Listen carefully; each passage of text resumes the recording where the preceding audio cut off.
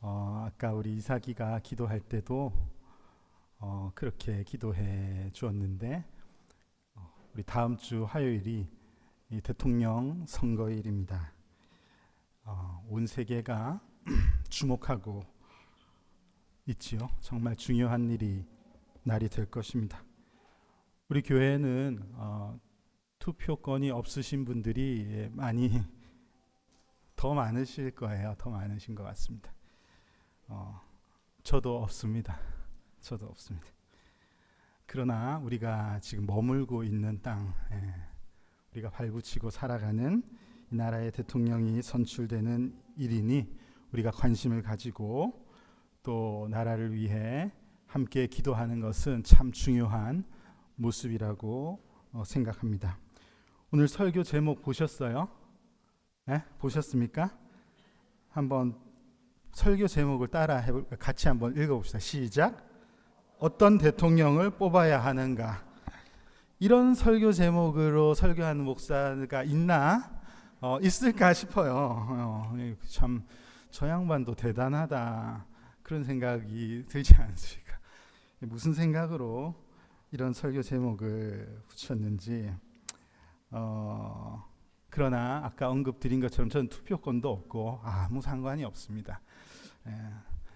다만 이런 때에 기독교인과 또 세상의 권세에 관해서 잘 이해하고 바르게 아는 것은 참 중요한 것이다 생각해서 오늘 그런 말씀을 나누려고 하는데, 우리 자녀 세대들에게 필요한 은혜를, 또 우리 부모님 세대에게 필요한 은혜를 하나님께서 적절히 주시기를 간절히 기대합니다.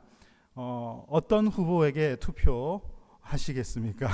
어떤 후보를 지지해야 할까요? 특별히 기독교인은, 신앙을 가진 이들은 어떤 정치인을 지지해야 되겠습니까? 우리 하나님은 변하지 아니하시는 하나님이십니다.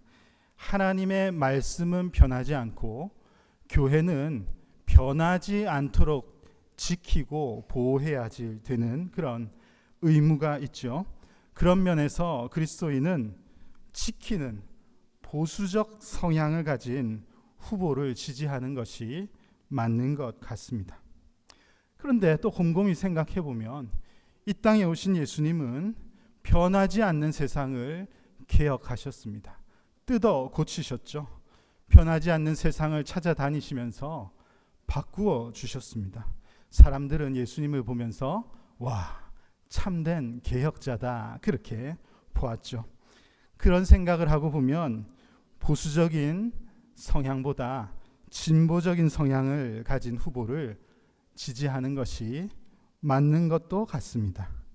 어느 쪽을 선택해야 되는가? 다 필요 없고 나한테 이득이 되는 대통령 후보를 지지하는 것이 맞는 것도 같습니다.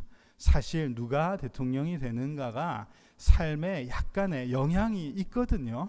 그래서 누가 되면은 나한테 조금 더 영향이 있는가, 내가 좀 편안하게 이 땅을 살 수 있는가에 대한 고민이 없지 않습니다. 그렇기 때문에 내 직업, 내 처지, 내 형편과 좀 관계해서 나에게 더 이득이 되는 그런 일을 선택하는 것이 맞다고 생각하는 경우가 많은 것 같고, 그래서 또 그렇게 지지한 후보가 대통령이 되지 않을 때 굉장히 실망하는 경우도 많습니다.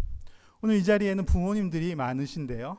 어떤 나라를 이끌어가는 이가 특별히 우리 자녀 세대들이 잘 자라날 수 있도록, 우리 자녀 세대들이 편안한 나라, 안정적인 나라, 두려워하지 않고 자기의 꿈을 펼칠 수 있는 그런 나라로 이끌어주는 그런 리더가 나라를 다스리면 좋겠다, 그런 생각 우리 부모님들에게 되게 많이 있으실 것입니다.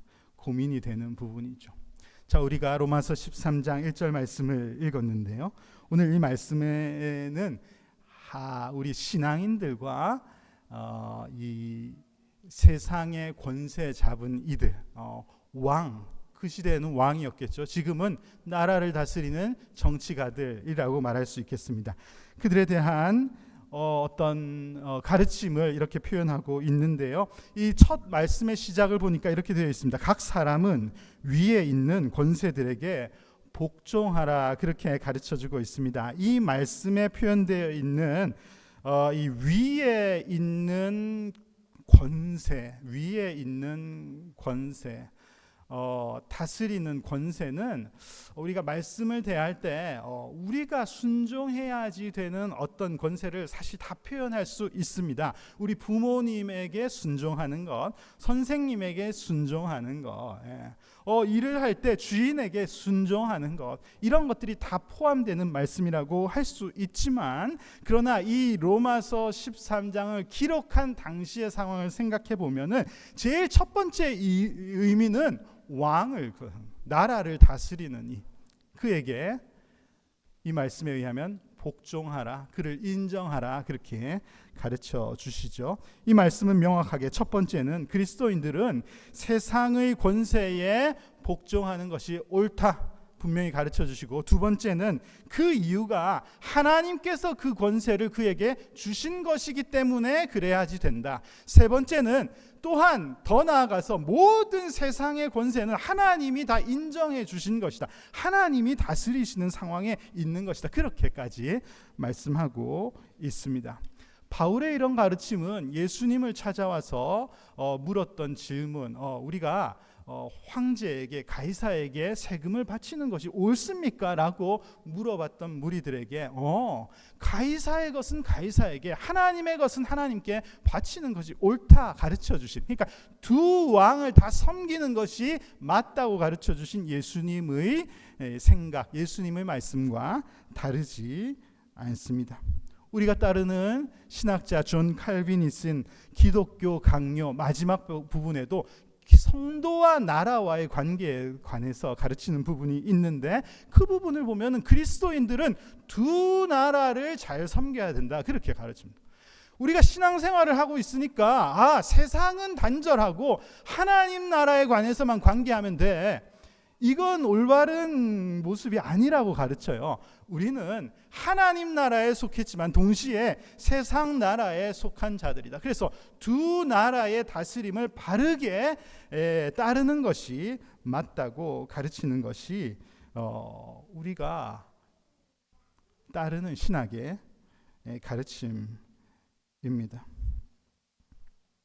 그러니까 세상 나라의 가르침을 거부하거나 그 우리와 관계없어, 우리는 말씀만 쫓아갈 거야가 아니라 세상 나라 권세를 인정하고 거기에서 가르치는 것을 잘 따라가는 것이 옳습니다. 자, 그런데 오늘 제가 주보에 보면 두 가지, 이 부분에 대한 두 가지 반론이 있을 수 있다, 그렇게 좀 표현을 했습니다. 첫 번째 반론이 있을 수 있는데, 그것은 그 말씀을 기록한 시대와 지금은 다릅니다, 이런 생각을 할 수 있습니다. 그때와 지금은 너무 다른 시대이죠. 성경이 기록될 당시, 그러니까 왕과 제사장의 직분의 힘이 거의 비등비등한, 그리고 종교개혁 당시 왕과 교회의 교황의 교황이 서로 막 권력을 주려고 할 만큼 비슷한 위치에 있던 그 시대와 지금 시대가 어떻게 같을 수 있는가? 지금은 너무 다른 시대이다. 그러니까 신앙과 정치가 하나로 가던 그 시대에 얘는 그렇게 할 수 있겠지만 지금은 그렇지 않은 시대를 사는데 어떻게 따를 수 있는가? 모든 것을 다 따를 수 있는가? 그런 질문을 할 수 있다는 것이죠. 그런데 오늘 본문이 기록된 당시의 상황을 살펴보면 꼭 그렇게 생각할 것은 아니구나 하는 것을 받아들일 수도 있습니다. 바울이 지금 로마서 13장에서 위에 있는 권세들에게 복종하는 것이 옳다고 가르치던 그 시대에 이 유대인들을 향한 말씀일 수 있지 않겠습니까? 이 유대인들은 그들을 억압하고 강제적으로 세금을 징수해 가는 그 로마 황제의 정치 아래에서 살고 있었습니다. 그러니까 이걸 따르는 것이 옳은가? 우리가 내는 세금이 결국 황제 폐하에게, 우리 하나님밖에 우리 섬길 왕이 없는데 그에게 드려지는 그런 것 아닌가? 이것을 우리가 따라야지 돼? 이렇게 해야지 되는 거야? 반감이 얼마든지 있을 수 있었던 시대였던 것이죠. 다시 말하면 그때나 지금이나 그리스도인이 세상 왕을 보는 관점에 있어서 이 갈등이 있는 상황은 똑같다는 말입니다. 그럼에도 불구하고 하나님의 말씀은 위에 있는 권세들을 따르라, 그 권세를 인정해야 하는 것이 맞다, 그렇게 분명히 가르쳐 주시는 말씀을 우리가 잊지 말아야지 되겠습니다. 자, 그렇다면 왜 그렇게 해야지 되는가에 대해서 오늘 말씀은 모든 권세를 하나님께서 허락하신 것이다, 그렇게 가르쳐 주십니다. 우리는 다음 주 화요일에 미국 대통령이 누가 될지 아무도 예측 못한다 하더라고요. 예측이 잘 되지 않는데 누가 되든지 세상의 역사를 주관하고 계신 하나님의 섭리 안에서 이 역사가 움직이고 있다는 것을 우리가 받아들이는 시선, 그 믿음이 우리에게 필요하겠습니다. 이런 믿음은 지난주에까지 마쳤던 새벽 말씀 전도서에 보면은 이런 부분이 아주 확실하게 증거되고 있어요. 솔로몬 지혜의 왕이 마지막에 쓴 그 지혜의 말씀을 보면은 인간은 누가 대통령이 될지, 앞으로 무슨 일이 일어날지를 예측할 수 없다. 그러나 모든 시간과 공간을 하나님은 다스리고 계신다. 이게 전도서의 핵심적인 메시지입니다. 자, 잠시 전도서 3장 1절부터 4절 말씀 우리 같이 한번 읽어보겠습니다. 시작.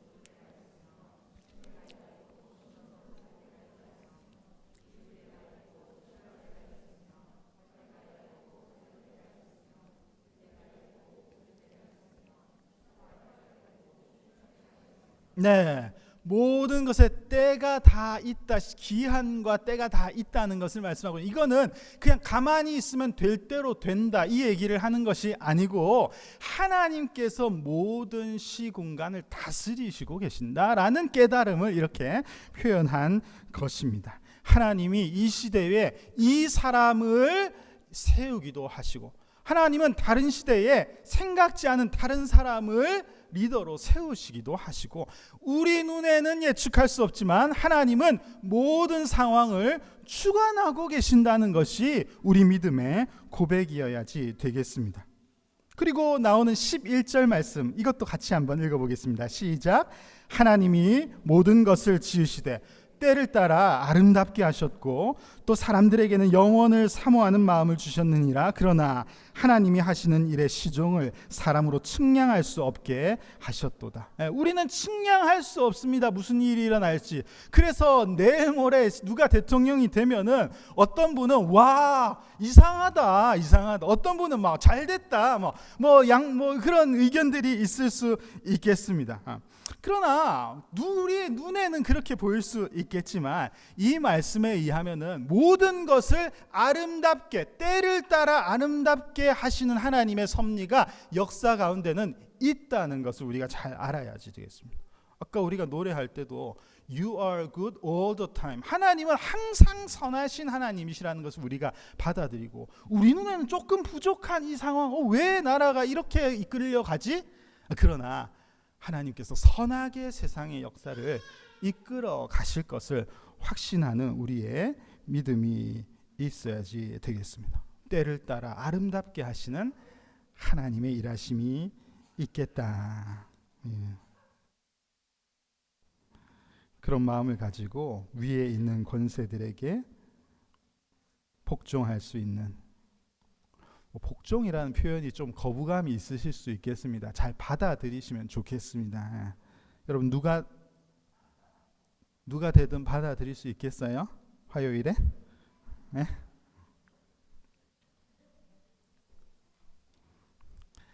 위에 있는 권세들에게 복종하라는 말씀에 대한 또 한 가지 반론이 있을 수 있겠습니다.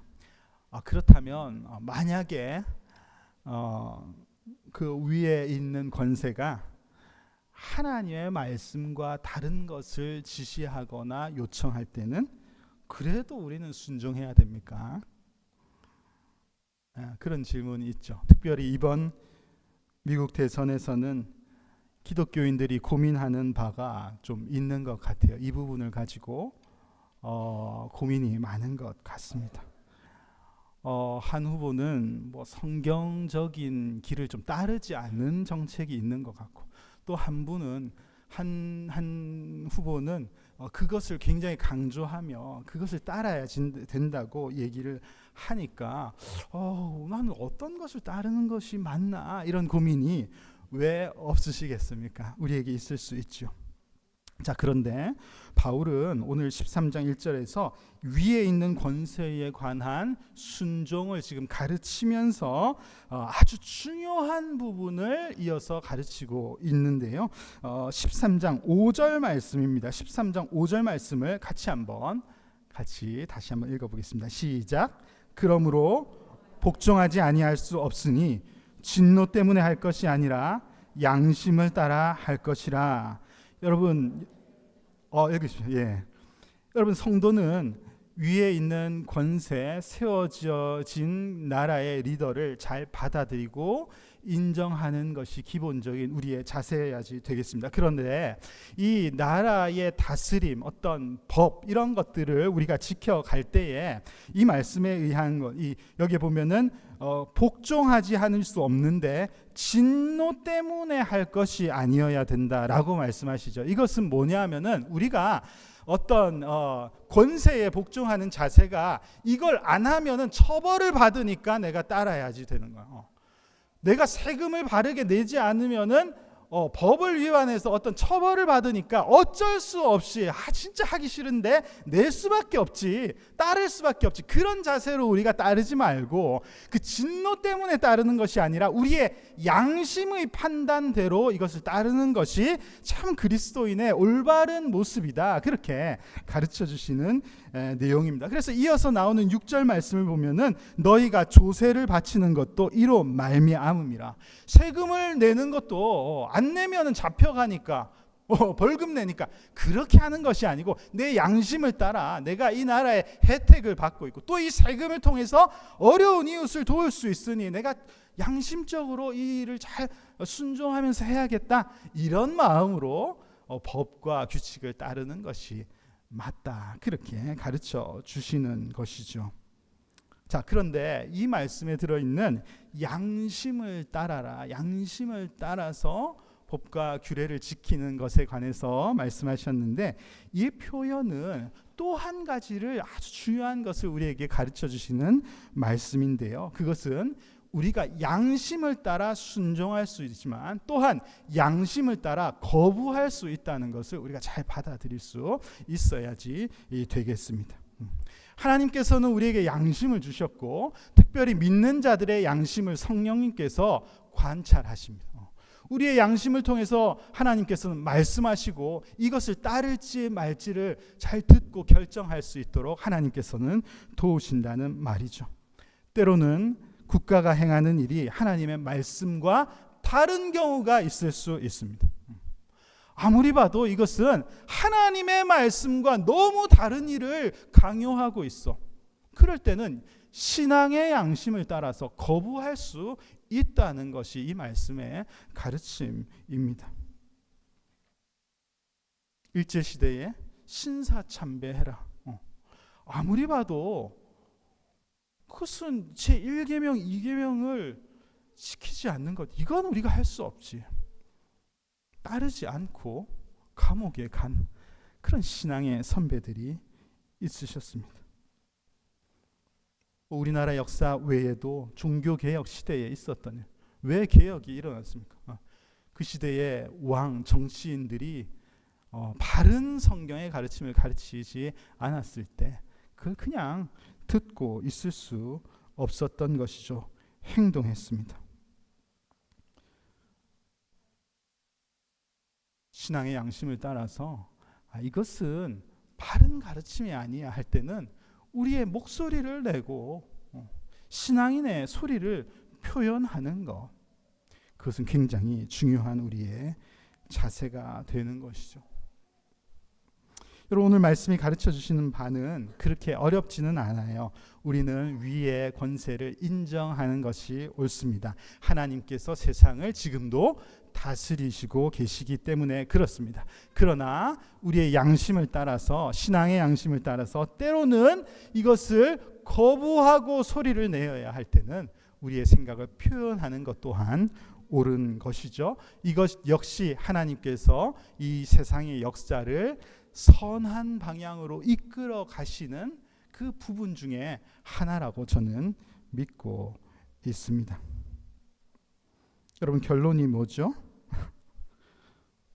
누가 대통령 돼도 관계없다, 이겁니까?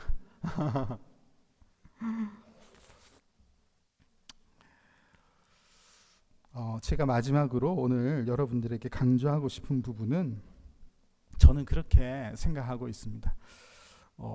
법, 다스림, 통치, 이런 것은 우리가 사는 곳에 넓게 쳐져 있는 울타리와 같은 것이다. 저는 그렇게 생각합니다. 대통령이 누가 되느냐, 그것 어떤 정권이 법을 만드느냐 또 폐지하느냐, 그것은 우리가 살아가는 곳의 큰 테두리와 같은 것이다 라고 생각합니다. 중요하죠. 중요하다는 것을 우리가 알아야지 됩니다. 그런데 정작 정말 중요한 것은 그 테두리에 관한 것이 아니고 이 우리 안의 현재의 상황이 어떠하냐가 훨씬 더 중요한 것입니다. 우리의 문화, 우리가 지금 살아가고 있는 삶의 현장, 내가 먹고 자고 하는 우리 집, 사랑하는 우리 아빠 엄마의 모습, 우리가 부딪히고 오늘도 모여있는 우리 교회의 형편, 우리의 분위기, 이 지금 직접 우리 자녀 세대들이 몸을 부딪히고 살아가는 이 현장이 중요한 것이지, 멀리 쳐져 있는 이 울타리가 그렇게 중요한 것은 아니다. 저는 그렇게 생각하고 있습니다. 여러분들은 뭐 어떻게 생각하세요?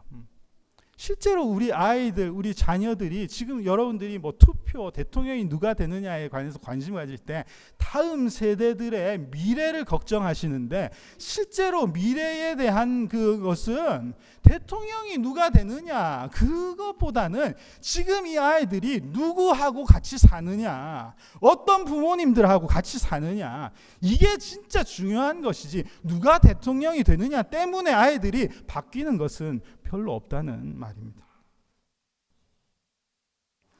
젠더 이슈에 대한 문제점들이 이번 선거에도 있어서 교회들이 많이 고민하고 자극이 되고 있죠. 그러나 누가 대통령이 되느냐가 이 문제를 해결하는 것은 저는 아니라고 생각합니다. 누가 대통령이 되어도 우리 자녀들이 매일 겪는 문화, 매일 누리고 있는 것, 이 현실이 갑자기 바뀌지는 않습니다. 절대 바뀌지 않습니다. 정말 중요한 것은 이 아이들이 살아가는 삶의 현장입니다. 성경대로 이루어져 있는 우리 가정의 모습이 어떠하냐를 얘네들이 어떻게 느끼느냐가 중요하다는 말이에요. 우리 집이 진짜 행복하다고 느끼느냐가 중요한 것이지, 누가 대통령이 되냐, 그게 뭐가 얘네들의 마음을 좌지우지합니까? 아무리 봐도 우리 집과는 다른 저 집의 모습, 아빠가 엄마인지 엄마가 아빠인지는 잘 모르겠는데 희한한 구조의 가정을 애들이 보고 살아요. 젠더 이슈를 그대로 품고 있는 그런 무리들이 노는 모습을 얘네들이 학교에서 뭐 다 보고 그렇게 지내고 있습니다. 그걸 보면서, 야, 사랑 없는 우리 엄마 아빠보다 낫다. 와, 맨날 싸우는 우리 집보다 훨씬 저 집이 행복해 보인다. 여러분, 그게 문제라는 말입니다. 말씀대로 이끌려져 간다는 우리 교회에 일어나는 현상, 형제를 섬기고 사랑하라고 하는 그 말씀대로 우리가 세워져 가는 우리 교회의 모습이 실제로 사랑이 있느냐, 실제로 아름다운 모습이냐, 아니면 그냥 자기 마음대로 만들어가는 그런 세상의 친구들의 모습, 그 모습이 더 행복해 보이고 아름다운가? 아이들은 그걸 보고 선택하는 것이죠. 대통령 보고 마음을 선택하는 것이 아닙니다. 여러분들의 가정의 모습이 어떠한가? 그게 가장 중요한 모델이 되는 것입니다. 여러분, 미국 대통령 선거의 결과가 때를 따라 아름답게 하시는 하나님의 섭리를 벗어나지 않을 것입니다. 우리가 그것을 확신하면 좋겠습니다. 누가 대통령이 되든지 그 권세를 인정하고 나라를 위해서 계속해서 기도할 수 있는 우리 교회가 되어야지 되겠습니다. 또한 가장 좋은 모델은 대통령이 아니라 각 가정에 하나님께서 세우신 우리 부모님이라는 것을 우리가 잊지 말고, 교회의 어른들, 교회의 교사들, 하나님께서 그들에게 권세를 주셨다는 것을 잊지 말고, 누가 어떤 외부의 환경에 의해서 아이들의 삶이 변화되기를 기대하지 말고, 내 삶을 통해서, 우리의 모습을 통해서, 우리 부모님의 모습을 통해서, 우리 교회의 아름다운 모습을 통해서 아이들이 성경적인 가르침이 더 행복한 것이구나, 성경적인 가정이 더 아름다운 것이구나, 이것을 깨닫고 몸소 체험할 수 있는 그런 우리 다음 세대가 될 수 있도록 교회가 더 노력하고 준비할 수 있는 우리 아름다운 에덴스 한인 장로교회 모든 성도님들 되시기를 주님의 이름으로 간절히 축복합니다.